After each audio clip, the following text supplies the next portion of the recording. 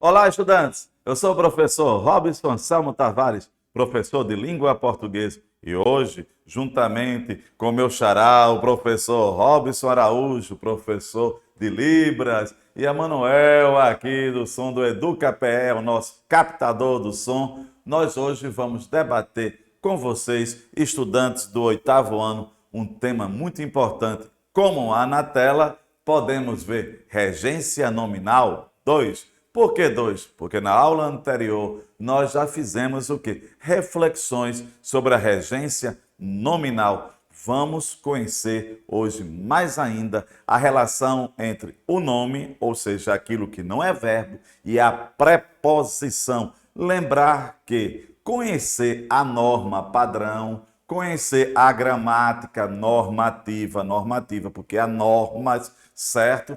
Faz parte da cidadania, para que você, estudante, possa argumentar bem, possa utilizar o seu direito, o seu dever, se é direitos e deveres, reivindicar direitos, é preciso conhecer também as normas da gramática normativa, para que vocês possam compor determinados textos orais ou escritos e também os textos mistos. É preciso se munir desse conhecimento. E é papel da escola debater, apresentar as normas. E hoje vamos justamente refletir, certo? Fazer uma reflexão sobre a regência nominal. Regência nominal. Se eu falo regência, é porque há um termo que rege e o outro regido. E por que nominal? Porque não é verbo. E lembrar que neste ínterim nós temos as preposições. Conhecer quando é que eu devo utilizar determinada preposição, tanto quanto o nome, quanto futuramente formos estudar os verbos. Então preparem-se para essa viagem, esse mergulho dentro da regência nominal. E vamos adiante. Mas para isso trago para vocês uma reflexão. E ela vem lá do Nepal, do Dalai Lama. Prestem bem atenção. A mais profunda raiz do fracasso em nossas vidas é pensar como sou inútil e fraco. É essencial pensar poderosa e firmemente. Eu consigo, sem ostentação ou preocupação. Então é isso. Preparem-se nessa viagem da regência nominal, da preposição. Lembrar esta reflexão de conhecer as normas da gramática e de hoje, em especial, da regência, para que você possa compor, certo? Textos seguindo, certo? As normas padrão da língua portuguesa. E vamos lá, adiante, trago para vocês uma revisão da aula passada. A regência nominal é um dos tipos de regência existentes e, como o nome sugere, ocorre apenas com nomes, substantivo, adjetivo, advérbio, quando um termo influencia outro em uma sentença. Dizemos que se trata de um termo determinante. Olhando para mim, veja só, regência lembra reger, o rei, a regência. Então, nesse caso, há um termo que rege e há um termo regido, e no meio nós temos a preposição, ou seja, utilizar ou não a preposição. Então é importante conhecer. Há essa relação de subordinação entre o regente e o regido, certo? Damos o nome de regência. A preposição que liga um termo ao outro costuma marcar a relação de subordinação. Então vejam só, mais uma vez, termo regente, termo regido e no meio a preposição. Saber quando devo utilizar tal preposição ou outra, ou não utilizar a preposição. Então é importante conhecer isso aqui. E vamos caminhando, vamos caminhando. Olhem aí as preposições. Para falarmos sobre regência, no caso nominal, temos que falar da preposição. Mas o que é isso? É toda palavra invariável que liga duas palavras, estabelecendo entre elas uma relação de sentido e de dependência. Gravem bem, sentido e de dependência. Veja os seguintes exemplos para ficar mais claro. o que são preposições. Aqui eu tenho casa de Luiz, relação de posse.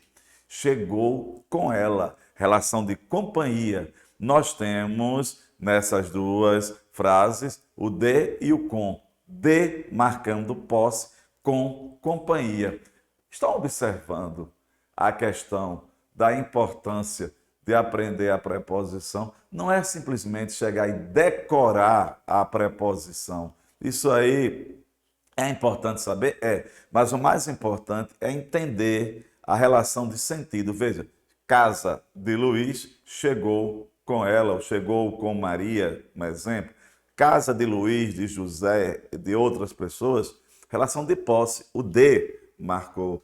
E chegou com ela, ou com Maria, com outra pessoa, esse com marca companhia. Então é isso que nós estamos propondo aqui. É esse estudo da regência nominal atrelado ao sentido. E vamos caminhando aqui. Aqui eu trago para vocês o que nós chamamos de preposições essenciais. O próprio nome já diz. Preposição essencial é porque elas já nasceram preposições. Vamos ver? É o a, é o ante, até, após, com, contra, de, desde, em, entre, para, perante, por, pé, sem, sob, sobre, trás. Prestem bem atenção que essas são as preposições essenciais. Temos algumas curiosidades aqui. O pé existe. Agora, pé é bem clássico, não é isso? Temos o sob e o sobre. Sob e sobre. É importante ver a diferença do sob, abaixo, sobre, acima. E o traz aí, não é o traz do verbo trazer. Gravem bem, esse traz de trazer é com Z. Então, essas são as preposições essenciais. Mais uma vez, digo a vocês que essa classe de palavras, que é invariável, ela não sofre flexão, então ela é importante nesse jogo, nesse trabalho de regente, regido, é importante. E vamos lá. Aqui trago para vocês as preposições acidentais. Mas por que acidentais? Sofreram algum acidente?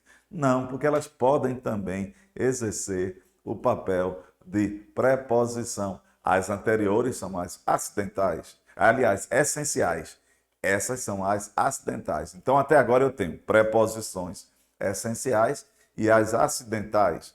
Quais são as acidentais? Conforme, consoante, durante, exceto, fora, mediante, não obstante, segundo. Então, prestem bem atenção o que é que nós temos aqui. São as preposições essenciais e acidentais.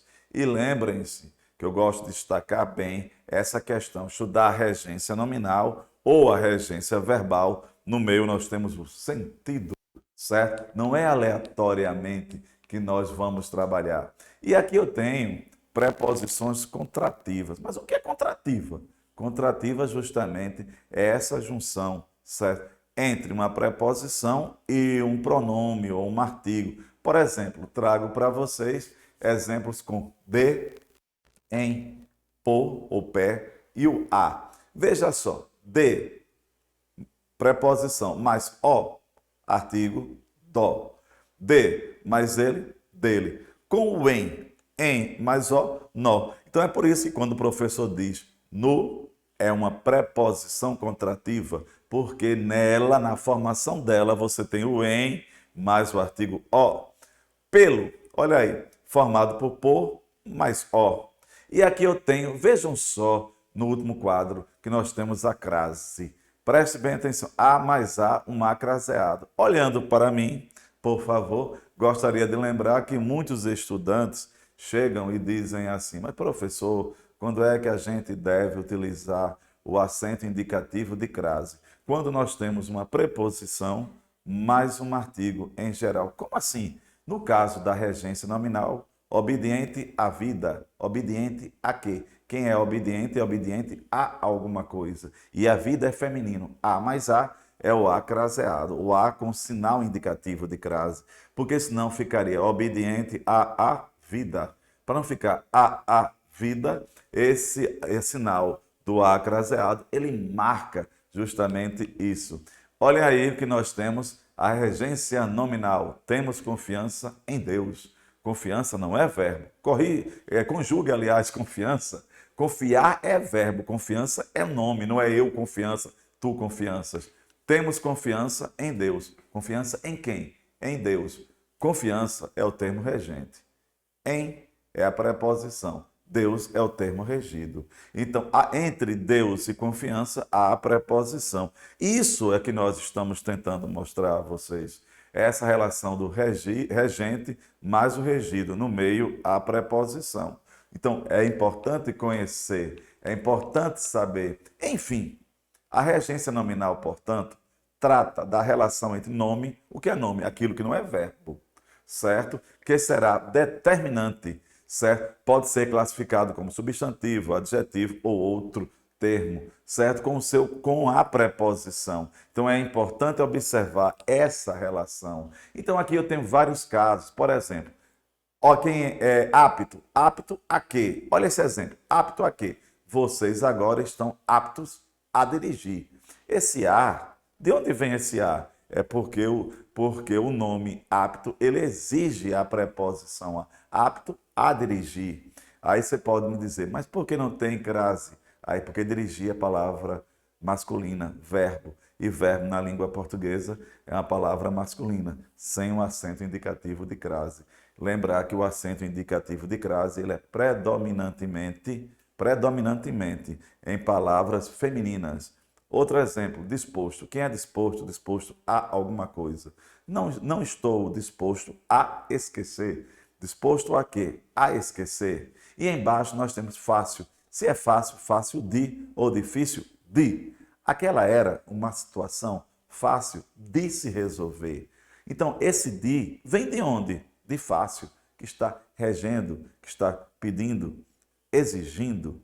O movimento feito pelo ginasta era dos mais difíceis de se executar. Se é difícil, difícil de alguma coisa. Estão vendo aí, estudante, essa relação termo regente mais o termo regido? Que tal vocês, estudantes, pesquisarem mais sobre este assunto?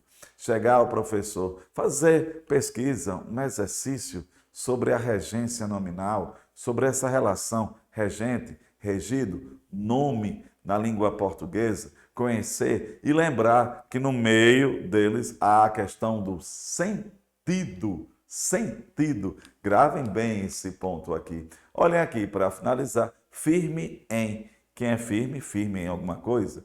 Eu me mantive firme em meu propósito. Se você é firme, firme em alguma coisa. Então, agora a atividade que eu proponho a você, estudante do 8º ano, estudante que está aprendendo mais sobre as normas gramaticais, é que você, prezado estudante, certo? Vá justamente pesquisar mais sobre a regência nominal e apresentar ao seu professor e observar, mostrar. Aqui estão os termos regentes, os nomes, e aqui são as preposições que eles exigem, certo? Confiança em Deus, obediente a, firme em, etc. Me despeço agora agradecendo ao nosso professor intérprete de Libras, certo? Aqui ao nosso meu xará, Robson, certo? Araújo, a Manuel aqui, captador do som do EducaPE. Um forte abraço a todos vocês, estudantes do 8º ano do estado de Pernambuco. E fique conosco, EducaPE.